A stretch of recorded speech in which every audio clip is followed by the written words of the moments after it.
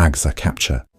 The American Green Zone Alliance continues heavy load testing of the Milwaukee commercial platform, and the results speak for themselves.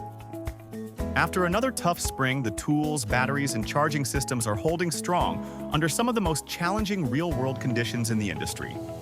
From blowers and trimmers to chainsaws and mowers, AGZA AFTC testing crews rely on durable, high-performance equipment to understand if they can keep pace with demanding workload production rates needed in their maintenance operations.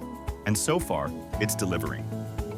We're also testing the new Milwaukee Roll-On 7,200 watts and 3,600 watts 2.5 kilowatt-hour power supply, keeping teams powered up and on schedule all day long. At AGZA, there are no shortcuts. Our field testing is based on real data from daily operations, not cloud logs or AI guesses. Big announcements coming soon. Stay tuned. AGZA capture.